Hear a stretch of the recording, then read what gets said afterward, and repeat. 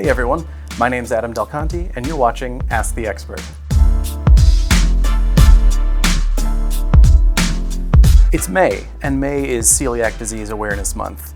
Now, before I tell you anything, for a more comprehensive breakdown of celiac disease, I recommend you check out celiacdisease.org from the National Celiac Foundation. But for a bit of a breakdown, let's talk a bit about what is celiac disease, what signs and symptoms to look for, and if you have concerns that you or a family member may be affected by this, the next steps to take. Celiac disease is a problem that develops by the body responding to certain proteins in foods and triggering a cascade of damage and inflammation to the digestive system.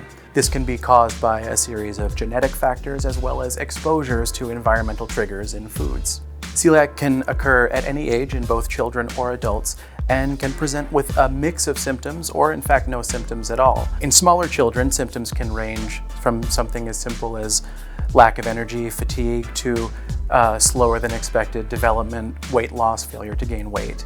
And in adults, there can be some of those same issues with digestion and development alongside changes in skin, changes in teeth, or other signs of inflammatory markers. Celiac disease itself is a specific problem in reaction to the gluten protein in foods, but there are other diseases that run on a spectrum that are not quite as clear-cut, such as non-celiac gluten sensitivity and wheat allergies.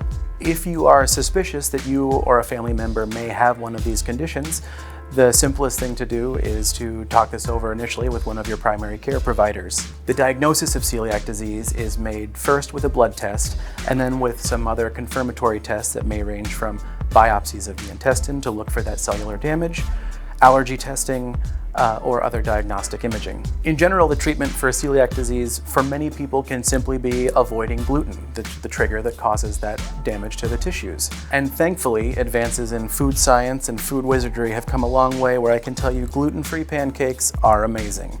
And all of the other options out there for gluten-free diets and supplementation are quite excellent, and it's no longer a sensation of deprivation in terms of treating yourself and making sure you're eating healthily. So if you've already had some of the initial workup and it's come negative for celiac disease, but you still suspect that gluten intolerance may be something you're dealing with, you can get more information at the Gluten Intolerance Group of North America at the interestingly chosen website, gluten.org. You can tolerate the website, I promise. So thanks for watching this episode of Ask the Expert.